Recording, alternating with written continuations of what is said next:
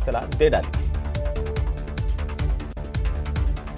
तो चलिए आगे बढ़ेंगे और इसी बीच बड़ी खबर नागौर के जिले के डीडवाना की निर्भया मामले को लेकर के, जहां पर बांगड़ अस्पताल की मोर्चरी में अब पीड़िता का शव रखवाया गया है। पुलिस अधिकारियों की मौजूदगी में शव यहां पर रखवाया गया है। डीडवाना अस्पताल में भारी पुलिस बल की तैनाती की गई है। डीडवाना की निर्भया मामले में पुलिस ने रात में शव को जयपुर के एसएमएस अस्पताल से डीडवाना के लिए रवाना कर दिया था। बांगड़ अस्पताल में से शिफ्ट किया गया। पुलिस की ओर से रात्रि के समय पीड़िता के शव को शिफ्ट करने से लोगों में नाराजगी भी है। मामले में पुलिस ने रात के समय पीड़िता के शव को डीडवाना की मोर्चरी में रखवाया। डीडवाना के बांगड़ अस्पताल में पुलिस का भारी जाब्ता तैनात किया गया है। पूरे मामले को लेकर पुलिस सतर्क है। वहीं लोग बांगड़ अस्पताल की मोर्चरी के बाहर लगातार जुटते जा रहे हैं। एहतियात के तौर पर पुलिस का भारी जाब्ता मौके पर तैनात किया गया है। दलित समाज ने आरोप लगाए हैं कि रात को 3 बजे पुलिस ने जबरन कार्रवाई करते हुए और शव को यहां से डीडवाना जयपुर से लेकर के गए। डीडवाना में जैसे ही लोगों को इस बात की जानकारी मिली, सुबह होते ही बड़ी संख्या में सर्व समाज के लोग डीडवाना के बांगड़ अस्पताल में इकट्ठा होने लगे। इसके बाद शव को मोर्चरी में रखवाया गया। भारी पुलिस जाब्ता मौके पर तैनात किया गया है। 2 लोगों की गिरफ्तारी अब तक इस पूरे मामले को लेकर के हुई है, जिसमें एक व्यक्ति की गिरफ्तारी और साथ ही एक नाबालिग को भी निरुद्ध किया गया है। लोगों की मांग है कि बाकी के आरोपियों को भी जल्द से जल्द गिरफ्तार किया जाए, मामले की सीबीआई जांच की जाए, साथ ही पीड़िता के परिजनों को सरकारी नौकरी दी जाए, क्योंकि इस पूरे मामले में गैंगरेप की पीड़िता की मौत अस्पताल में हुई, जिसके बाद यह आक्रोश पैदा हुआ। मेघवाल समाज और बाकी के दूसरे समाजों की ओर से भी लगातार डीडवाना में धरना और प्रदर्शन का दौर जारी है। और इसी बीच नागौर के एसपी ने कहा है कि इस पूरे मामले में संवेदनशीलता के साथ और निष्पक्षता के साथ पुलिस जांच कर रही है।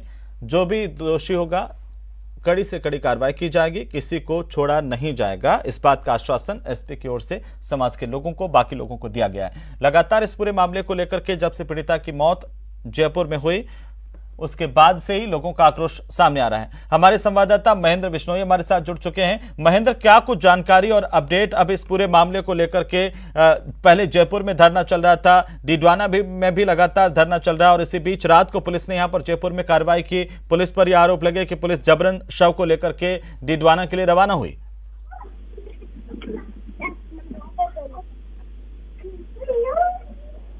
महेंद्र, आप मुझे सुन पा रहे हैं? जी देखिए, बिल्कुल डीडवाना की मोर्चरी में रात्रि में शव रखवा दिया था मृतका का, और इस पूरे मामले को लेकर जो है भारी पुलिस बल डीडवाना के बांगड़ अस्पताल की मोर्चरी के बाहर तैनात है। डीडवाना के एडिशनल एसपी विमल सिंह नेहरा, डीएसपी गोमाराम के नेतृत्व में पुलिस बल यहाँ तैनात है और पूरी मॉनिटरिंग की जा रही है। धीरे धीरे जो आज के दिन का जो धरना है, उस धरने पर भी लोगों के पहुंचने का सिलसिला शुरू हो गया। अभी सुबह का समय कम संख्या में लोग हैं, लेकिन जैसा कि कल दिन में भीड़ हुई थी, ठीक उसी तरह आज भी ऐसा लग रहा है कि आज अधिक भीड़ होगी, क्योंकि लोगों में इस बात को लेकर थोड़ी नाराजगी है कि पुलिस ने जबरन रात्रि में एसएमएस अस्पताल से शव को डीडवाना बांगड़ अस्पताल शिफ्ट कर दिया। जी महेंद्र, अब इस पूरे मामले को लेकर के पुलिस अधिकारियों का क्या कुछ कहना है? क्योंकि लगातार मेघवाल समाज, दलित समुदाय और बाकी के सर्व समाज के लोग जो डीडवाना में धरने पर थे, किरोड़ीलाल मीणा जयपुर में भी धरने में शामिल हुए और वहां पर भी उन्होंने मांग उठाई। इन मांगों को लेकर के स्थानीय पुलिस प्रशासन क्या कुछ कह रही है? देखिए, इस पूरे जो मामला है, इसमें नागौर के एसपी राममूर्ति जोशी 2 बार मीडिया के माध्यम से परिजनों और लोगों को बता चुके हैं कि इस मैटर की पूरी वस्तु स्थिति क्या है। इस पूरे प्रकरण में एसपी राममूर्ति जोशी ने कल देर शाम को प्रेस वार्ता की थी और ये कहा था कि परिजन निश्चित रहे, किसी अपराधी को छोड़ेंगे नहीं। जैसे जैसे सबूत सामने आ रहे हैं, उसी अनुसार जांच को आगे बढ़ा रहे हैं।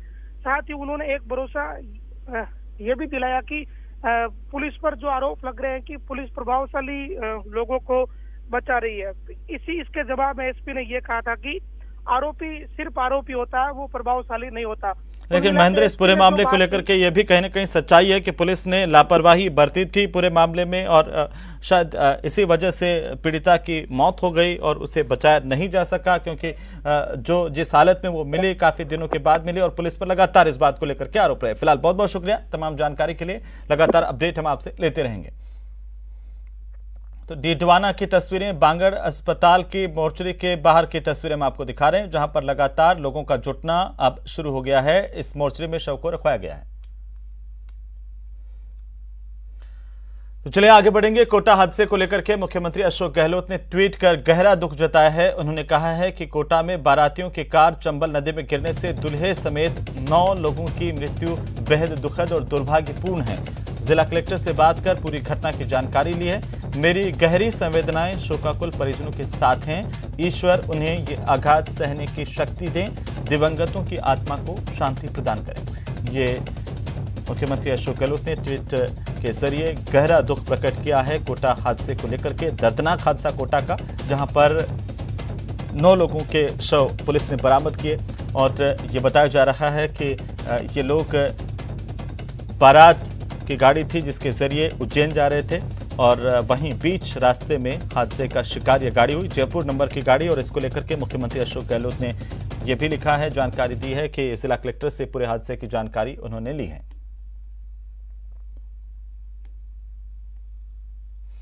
तो वहीं बीकानेर में आग का तांडव देखने को मिला है। बड़ी जानकारी इस वक्त की, बिजली के तार टूटने से ढाणी में आग लगने की खबर है। आग लगने से घरेलू सामान जलकर खाक हुआ है। ग्रामीणों की सहायता से फिलहाल इस आग पर अब काबू पा लिया गया है। तहसीलदार ने पटवारी को नुकसान का आकलन करने के और जांच के आदेश दिए हैं। ये बड़ी खबर है, बीकानेर में आग लगने की जानकारी सामने आई है और आग का तांडव यहां पर देखने को मिला है। दरअसल जानकारी के मुताबिक बिजली का तार टूटने से ढाणी में आग लगी। हालांकि मौके पर कड़ी मशक्कत के बाद इस आग को बुझाया गया, लेकिन नुकसान के आकलन को लेकर के तहसीलदार ने पटवारी को आदेश दिए हैं। जांच के बाद ये साफ हो पाएगा कि आखिर कितना नुकसान इसमें हुआ है।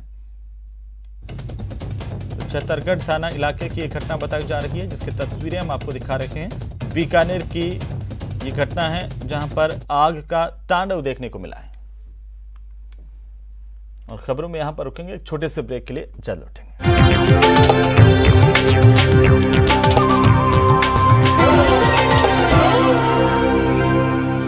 अरबाज अहमद ने पिछले 25 सालों की कड़ी मेहनत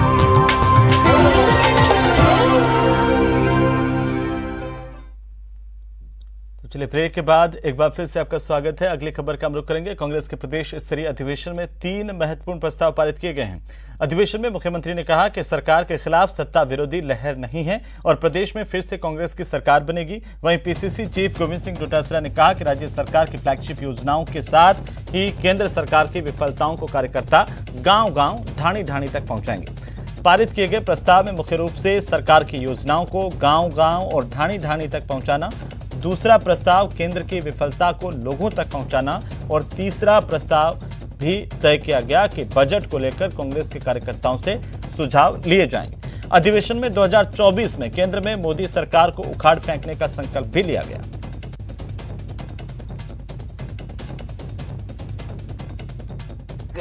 प्रस्ताव पारित करके और मुख्यमंत्री जी को दिया है कि कांग्रेस का कार्यकर्ता राजस्थान में जिसके बलबूते के ऊपर हम सरकार में आए हैं, वो किस तरीके का बजट चाहता है, ये विजन हमने एक प्रस्तुत किया है। और मैं समझता हूं कि मुख्यमंत्री जी ने खुले दिल से कहा है कि जो आपने प्रदेश कांग्रेस कमेटी ने कांग्रेस के कार्यकर्ताओं की भावनाओं के मुताबिक जो गाइडलाइन दी है, उसी के मुताबिक हम लोग बजट प्रस्तुत करेंगे।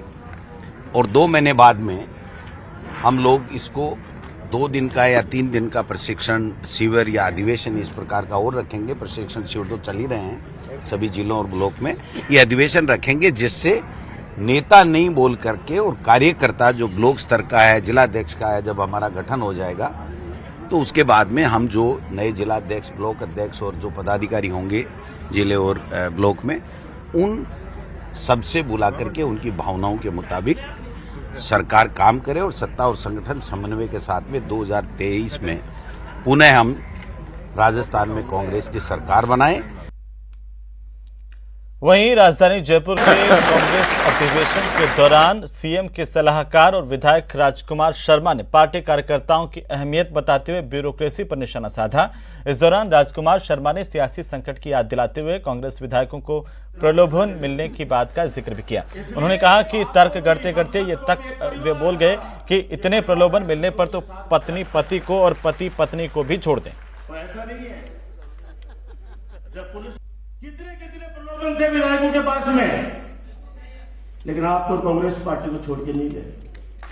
आज अंदाज में ऐसे प्रलोभन अगर किसी को मिल जाए तो लोग बात कर दो, बड़े पार्टी की बात कर रहे हो, घर छोड़ के भागिए। आदमी लुगाई छोड़ के भागे, लुगाई आदमी छोड़ के भागिए, तब प्रलोभन मिल जाए। चलिए आगे बढ़ेंगे। प्रमुख सचिव वित्त अखिल अरोड़ा की मां के निधन को लेकर के मुख्यमंत्री अशोक गहलोत ने श्रद्धांजलि अर्पित की। अखिल अरोड़ा के घर पहुंचकर के सीएम अशोक गहलोत ने श्रद्धा सुमन अर्पित किए। शोकाकुल परिवार वालों को सांत्वना प्रदान की। ये तस्वीरें आपको बता दें कि प्रमुख सचिव वित्त अखिल अरोड़ा की मां का निधन हो गया। इस दौरान सीएम अशोक गहलोत अखिल अरोड़ा के आवास पर पहुंचे और वहां पर उन्होंने पुष्प चक्र अर्पित कर श्रद्धा सुमन अर्पित किए। साथ ही परिवार वालों को सांत्वना दी।